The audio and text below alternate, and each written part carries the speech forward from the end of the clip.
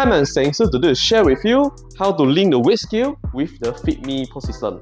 So the weight scale normally used by the fruit store, the seafood, or the malatang. Malatang means the Chinese restaurant that determine the food price based on the weight.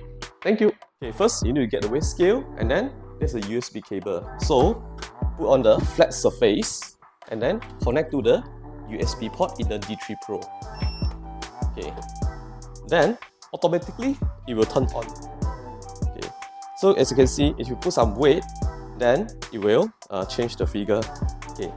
Then go to the FeedMe system, go to the setting, go to the operation, device, go to the weighing machine, add weighing machine, set the name, let's say for example, then connection, click and select the USB serial.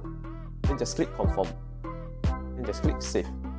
So go to the menu, choose the item that sell by weight, then click on the item and click on the unit quantity. So when you put on the item, now it shows 295 grams. Then it will show 295, then just click save. Then just click confirm, then it will show the price. If you want to reset the weight, to make it start at 0, click on this. So if you find 0, then you can put the item on it. If you want to reset it, just click 0 again.